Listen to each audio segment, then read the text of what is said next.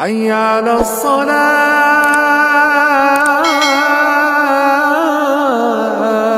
আসসালামু আলাইকুম ওয়া রাহমাতুল্লাহ।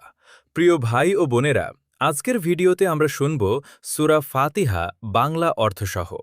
সূরা ফাতিহা হল পবিত্র কুরআনের প্রথম সূরা। এটিকে উম্মুল কুরআন বা কুরআনের মূল বলা হয়।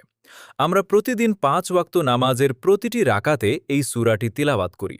তাই শুধু মুখস্থ করাই নয়, এর অর্থ বোঝা এবং সেই অনুযায়ী জীবন পরিচালনা করাও আমাদের জন্য অত্যন্ত গুরুত্বপূর্ণ। এই সূরায় আমরা আল্লাহ তাআলার প্রশংসা করি, তার রহমত ও দয়ার কথা স্মরণ করি, কিয়ামতের দিনের মালিক হিসেবে তাকে স্বীকার করি এবং একমাত্র তাঁরই ইবাদত ও সাহায্য প্রার্থনা করি। এরপর আমরা আল্লাহর কাছে সরল ও সঠিক পথের হিদায়াত চাই। আসুন মনোযোগ দিয়ে সূরা ফাতিহা তিলাওয়াত শুনি এবং এর বাংলা অর্থ বুঝে নিজের জীবনে তা বাস্তবায়নের চেষ্টা করি।